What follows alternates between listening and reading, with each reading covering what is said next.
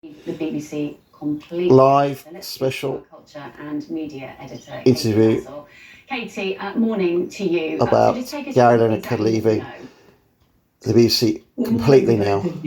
Until Gary Lineker BBC comments, this is of course just speculation, but I have Time's the bottom down there. It's the 19th of May. A sense that Monday bosses morning, guys, 20:05. this was coming to a head, and that his position they viewed. I think he's done the right thing, completely leaving them.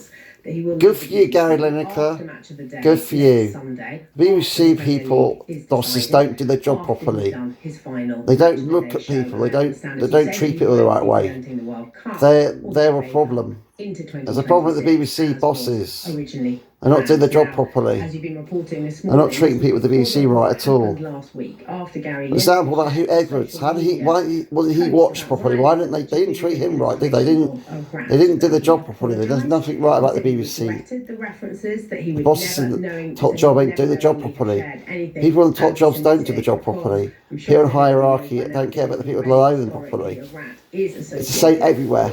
Especially at the BBC. He deleted that post. They get too power hungry and too greedy. As soon as he discovered the symbolism of the image. Gary Lineker's got it right. Good for you. Put a thumbs up the right side of the screen. Let me know. Comment below in the box what you think about this. Is of work.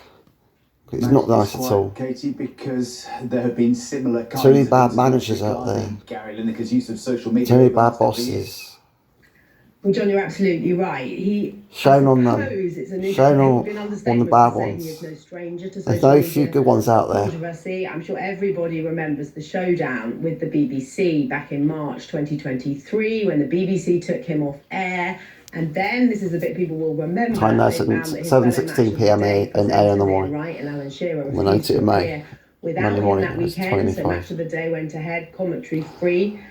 With just the footage from the matches. Now, that was because Gary Lineker had posted on social media back then that language to promote a conservative government asylum policy was not dissimilar to that used by Germany, Nazi Germany, in the 1930s. After that, the BBC social media rules were rewritten to say presenters of flagship programmes outside news and current affairs, including Match of the Day, needed to stick to impartiality guidelines. And anybody who watched our colleague Amol Rajan's interview with Gary Lineker a few weeks ago will have picked up that Gary Lineker didn't think back then he did anything wrong. He said for him, impartiality rules were always directed at people like you and me, people who work in news and current affairs. And then he said the BBC changed the rules, and he said he was right, but he thought he was right. He was right to post that. He didn't feel he contravened the rules, but he said in hindsight he wouldn't do it again. And in that interview, he said, I don't regret saying it publicly because it was accurate. Would I, in hindsight, do it again? No, I wouldn't, because of all the nonsense, as he put it, that came with it. And he claimed that was a ridiculous overreaction to something that was just a reply to someone being rude. But he made clear back in that interview that he loved the BBC and he didn't like the damage that it did to the BBC. But of course, he is the best paid of the BBC's presenters who have their salary disclosed.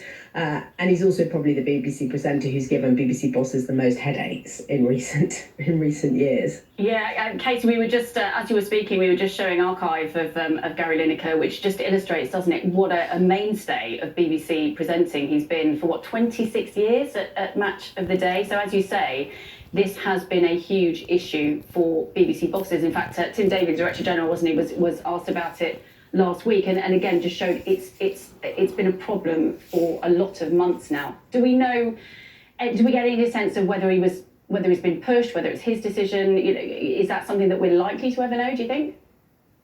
I'm not sure we will ever know that for sure. All I can tell you is last week I picked up a sense that this was coming, and I thought it might come ahead of the FA Cup presenting on Saturday.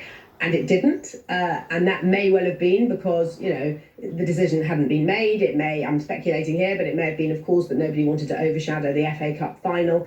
I think the point is he has divided opinion because, of course, there are lots of people who love Gary Lineker and agree with him that he's he's a presenter, he's a football presenter, and it doesn't matter what he says on social media. But of course, there are many others. And I have to say, people have been emailing me over the last few days insiders, people inside the BBC. I'm not talking about, the top echelons of the BBC. I'm talking about regular staff who've been emailing me saying this is just too much. No other BBC presenter would be able to get away with this kind of action again and again and have, well, it's not fair to say no sanctions, because obviously there were sanctions. He was taken off air previously. But, most recently, Gary Lineker signed a letter asking the BBC to reinstate the Gaza documentary that's now being investigated, that it pulled after it turned out that the child presenter was the son of a Hamas official. Now, that has put the BBC very much in the spotlight, and the BBC's Gaza coverage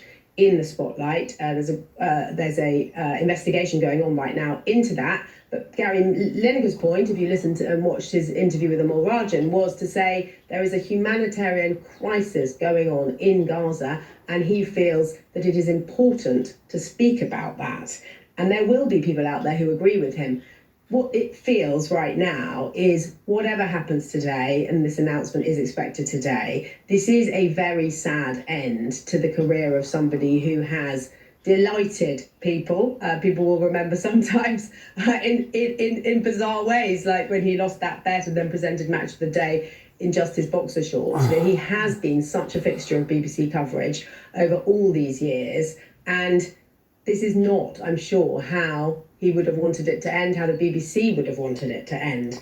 But it looks like this is going to be the way it ends. And well, don't blame them. Always big corporations, people in big jobs don't give a fuck about the people below them. Sorry for the language, but I just don't think much of hierarchy bosses in this stone age, the 21st century. They're all bad. There's not many decent ones these days. Managers and stuff. Culture editor. Thank you. This is my opinion anyway. Please splash on the side, Watered our